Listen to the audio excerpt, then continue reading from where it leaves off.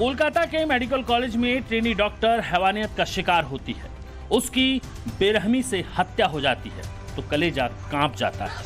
फिर रेप और हत्या में शामिल आरोपियों को बचाने के लिए हजारों की भीड़ सबूत मिटाने के लिए मेडिकल कॉलेज पर ऐसा धावा बोलती है कि देश दंग रह जाता है। और फिर अपनी नाकामियों को छिपाने के लिए पश्चिम बंगाल की ममता सरकार ऐसा ड्रामा रचती है कि हर कोई हैरान रह जाता है।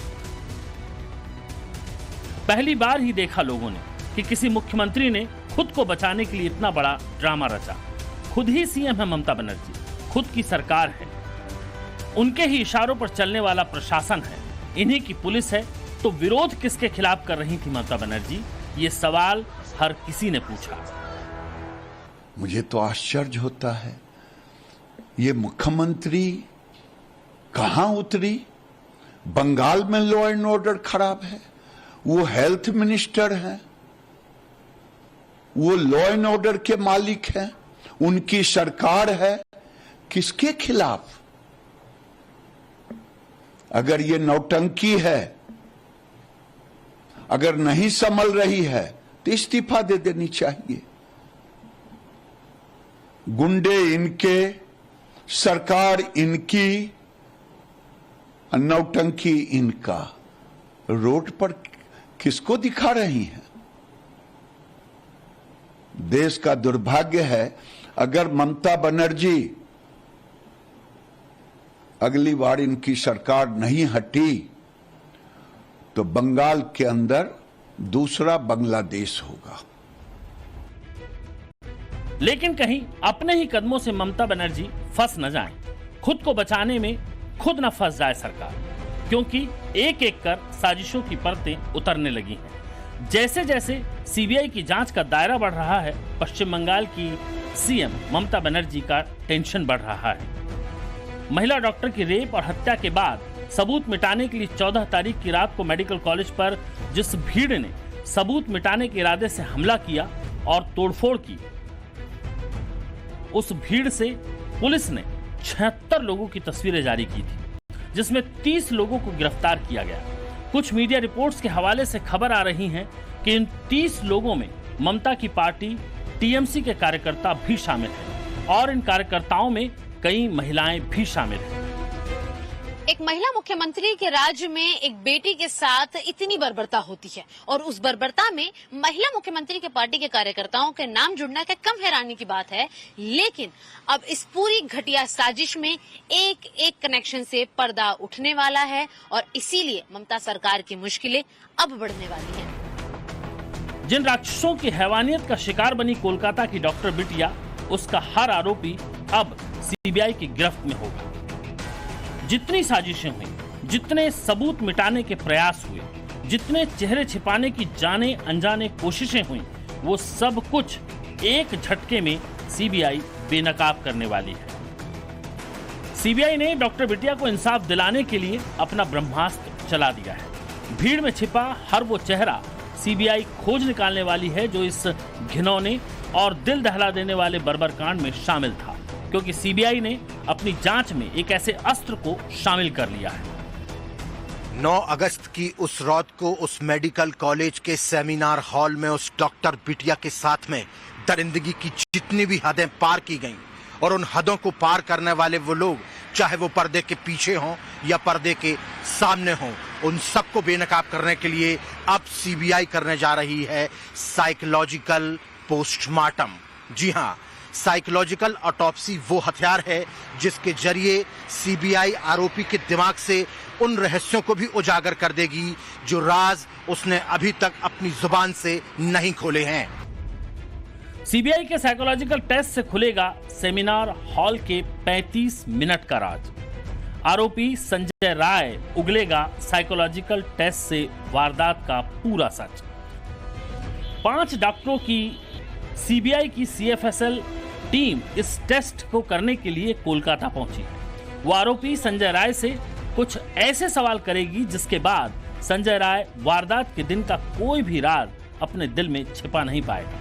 इसके लिए एक्सपर्ट डॉक्टरों की टीम ने बाकायदा सवालों की एक फहरिस्त तैयार की है। इसमें नाम, पता और परिवार से जुड़े सामान्य सवालों के अलावा कुछ ऐसे सवाल होंगे जिनके जवाब से झूठ पकड़ा जाएगा।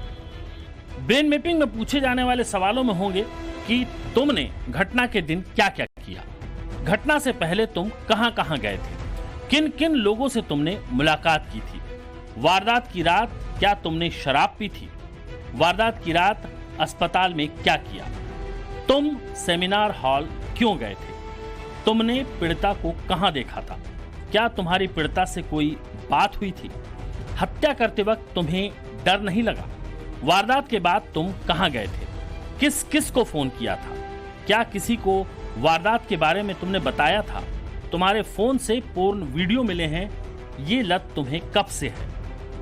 आपको बता दें कि साल 2008 में नोएडा के बहुचर्चित आरुषि हत्याकांड में आरोपियों की साइकोलॉजिकल ऑटोप्सी हुई थी, जिससे केस की तह तक जाने में काफी मदद मिली।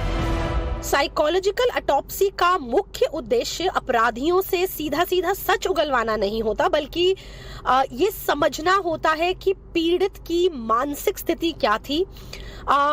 उससे जो जांचकर्ताएं हैं वो उस केस की सही दिशा में उनको ले जाने में मदद मिलती है। अगर आप उदाहरण के तौर पे देखें तो आरुषि तलवार हत्याकांड में भी साइकोलॉजिकल ऑटोप्सी का उपयोग किया गया था और इससे आरुषि के जो मानसिक स्थिति के बारे में हमें काफी समझने को मिला था और केस को सुलझाने में भी काफी मदद मिली थी। इस टेस्ट में आरोपी संजय रॉय के दिमाग की स्टडी या यूं कहें तो मनोवैज्ञानिक तरीके से उसके दिमाग का पोस्टमार्टम किया जाएगा। इस टेस्ट में सीबीआई लेयर्ड वॉइस एनालिसिस भी कर सकती है, यानी कि झूठ को पकड़ने के लिए एक उपकरण के अंदर आरोपी के वॉइस का डेटा डाला जाएगा और फिर इस चीज की स्टडी की जाएगी कि पूछे गए सवालों के जवाब देने के दौरान आरोपी की आवाज में कहां-कहां बदलाव आए हैं और एक्सपर्ट इसी बदलाव से पता करेंगे कि आरोपी सच कह रहा है या नहीं। लेयर्ड वॉइस एनालिसिस में इमोशंस को पकड़ा जाता है। साल 2008 के मालेगांव ब्लास्ट में आरोपियों को पकड़ने के लिए इसी तकनीक का इस्तेमाल किया गया था। LVA एक ऐसी तकनीक है जो किसी भी व्यक्ति की आवाज में छुपे हुए इमोशंस और उसकी सच्चाई को पकड़ने की कोशिश करती है। उदाहरण के तौर पर अगर आप देखें तो 2008 के जो मालेगांव धमाके के मामले में LVA का इस्तेमाल किया गया था और इस तकनीक से जो जांचकर्ताओं को यह समझने में मदद मिली थी कि कौन सच बोल रहा है और कौन झूठ। इससे जो केस है उसमें काफी तेजी आई थी और जो दोषियों को पकड़ने में काफी हद तक मदद मिली थी। तो LVA में व्यक्ति से सवाल पूछे जाते हैं और उसकी जो आवाज है उसकी रिकॉर्डिंग की जाती है। फिर इस रिकॉर्डिंग का जो विश्लेषण है वो किया जाता है ताकि ये समझा जा सके कि व्यक्ति की जो मानसिक स्थिति है वो क्या है इस समय और वो सच बोल रहा है कि नहीं। इस टेस्ट के लिए सीबीआई को किसी तरह से कोर्ट की परमिशन की जरूरत नहीं पड़ती है, लेकिन महत्वपूर्ण बात यह है कि इस टेस्ट के जरिए और इस टेस्ट के निष्कर्ष के बाद आरोपी का कोर्ट की परमिशन से ब्रेन मैपिंग यानी लाई डिटेक्टर नार्को टेस्ट करवाया जा सकता है। सीबीआई का शिकंजा अब पूरी तरह से कस चुका है और ब्रेन मैपिंग के बाद जो सामने आएगा उससे न सिर्फ आरोपी बल्कि जघन्य अपराध में शामिल हर वो चेहरा बेनकाब होगा जिसे बचाने का प्रयास हो रहा है, जिसके लिए इतनी सियासी ताकत लगाई जा रही है, जिसके लिए सीएम ममता बनर्जी से लेकर पूरे सिस्टम पर सवाल खड़े हो रहे हैं।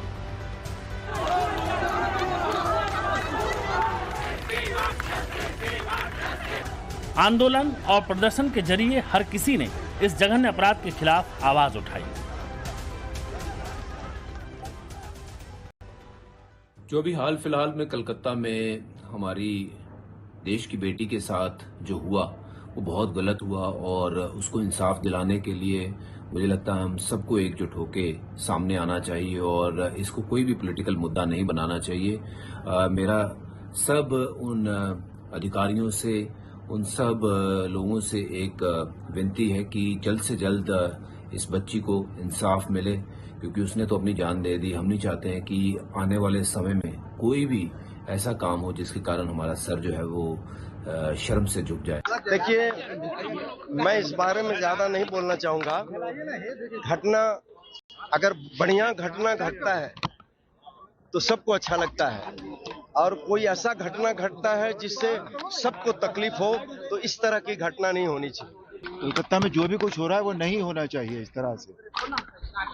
चारों तरफ बिल्कुल ऐसा वातावरण हो गया है अजीब सा। ममता बनर्जी ने कहा कि इसमें राम और बाम वाला लोग कर रहे हैं, राम से आपका संबंध अच्छा है। ममता बनर्जी कुछ भी कह सकती हैं जो उनके मन में आता है, स्वतंत्र देश की स्वतंत्र नागरिक हैं वो, है ना। लेकिन इस तरह की सीधी बातें करना कि राम वाले लोग ऐसा कर रहे हैं, अब वो आपको उनसे ही पूछना होगा कि वो ऐसी बातें क्यों करती है। इस मुद्दे को लेकर सियासत भी गरमाई हुई है। बीजेपी अध्यक्ष और स्वास्थ्य मंत्री जेपी नड्डा ने ट्वीट कर पश्चिम बंगाल की ममता सरकार को महिलाओं, युवाओं और लोकतंत्र का विरोधी बताया। जेपी नड्डा ने अपने एक्स हैंडल पर लिखा कि टीएमसी के तहत पश्चिम बंगाल महिला विरोधी, युवा विरोधी और लोकतंत्र विरोधी हो चुका है। मुख्यमंत्री ने ऐसे प्रशासन का नेतृत्व करते हुए राज्य के लोगों को विफल कर दिया है, जिसने बेखौफ होकर लूटपाट की है। लोहे की पकड़ स्पष्ट रूप से जंग खा गई है और भयानक रूप से जंग खा गई है।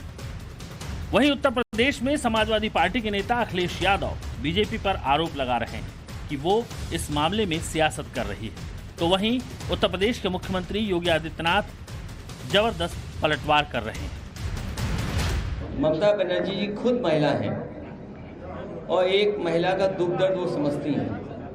उन्होंने कार्रवाई की है और जो उनकी डिमांड्स थी सीबीआई या अन्य संस्था से जांच कराने का, वो भी फैसला सरकार ने लिया है। लेकिन इसके साथ साथ भारतीय जनता पार्टी के लोगों को राजनीति नहीं करनी चाहिए। और अगर बंगाल के बारे में इतनी चिंता है, स्वाभाविक है जो घटना हुई है उस हिसाब से जो लोग डॉक्टर्स हैं सब लोग स्ट्राइक पे गए हैं, लेकिन बीजेपी को घटनाओं से राजनीतिक लाभ नहीं लेना चाहिए। किसी भी घटना से राजनीतिक लाभ नहीं लेना चाहिए बीजेपी को। जब पुलिस ने उस अपराधी को पकड़ा तो समाजवादी पार्टी का मुखिया उस अपराधी के साथ खड़ा हो गया, कहता हूं निर्दोष है, यानी निर्दोष। इन्होंने हर दुष्कर्मी को, हर अपराधी को निर्दोष साबित करना अपने जीवन का लक्ष्य मान लिया है। लेकिन बहनों और भाइयों, ये यूपी में नहीं होने पाएगा। उत्तर प्रदेश बदल चुका है। निश्चित तौर पर इस मामले में राजनीति नहीं होनी चाहिए, क्योंकि राजनीति में उलझकर ये मामला अपनी दिशा खो सकता है। एक बेटी के साथ दरिंदगी की हदें पार हुई हैं। एक पिता ने, एक मां ने अपनी बेटी को खोया है। उस परिवार को अब आखिरी उम्मीद इंसाफ की है। न सिर्फ परिवार को बल्कि पूरा देश इस बर्बर और जघन्य कांड में इंसाफ की आस लगाए बैठा है। अगर उसे निराशा मिली तो फिर हर माँ बाप का इस सिस्टम से भरोसा उठ जाएगा। ब्यूरो रिपोर्ट, टाइम्स नाउ, नव भारत।